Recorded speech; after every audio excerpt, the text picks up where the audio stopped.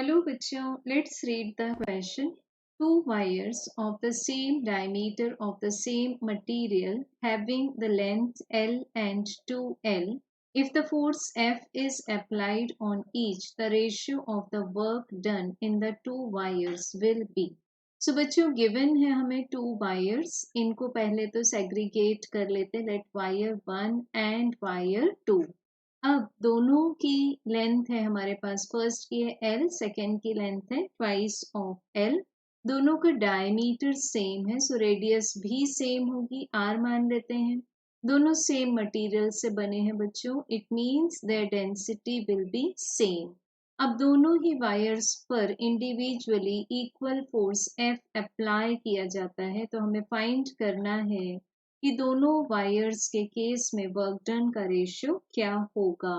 सो बच्चों इसके लिए हम की कंसेप्ट देखते हैं। Work done it means the elastic energy stored in the wire, जो कि उसमें एक्सटेंशन के कारण प्रोड्यूस हुई है। सो हम इसको एक्सप्रेस कर सकते हैं half multiplied by the force multiplied by the extension. So बच्चों यहाँ पर हम लिख सकते हैं work done is equals to half multiplied by force multiplied by extension, that is delta L. अब डेल्टा एल को हम एल से किस तरह रिलेट करेंगे, सच दैट कि वायर की ओरिजिनल लेंथ जितनी होगी उसमें उतना ही एक्सटेंशन प्रोड्यूस होगा, because we can take Young's modulus is equal to force multiplied by length divided by area of cross section multiplied by the extension. अब बच्चों दोनों वायर सेम मटेरियल से बनी है, इट मीन्स क्या हुआ, दोनों का यंग्स मॉड्यूलस सेम होगा, दोनों पर सेम फोर्स अप्लाई हो रहा है, दोनों की रेडियस सेम है तो एरिया ऑफ क्रॉस सेक्शन भी सेम होगा। इट मीन्स उनमें जो एक्सटेंशन प्रोड्यूस होगा that will be directly proportional to their original length.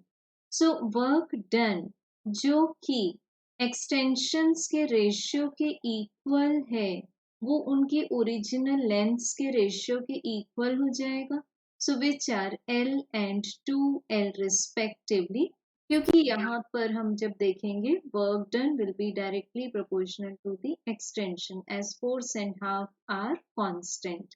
सो बच्चों हमें करेक्ट रेशियो मिल जाएगा 1:2। So correct answer will be option number 1। Thank you.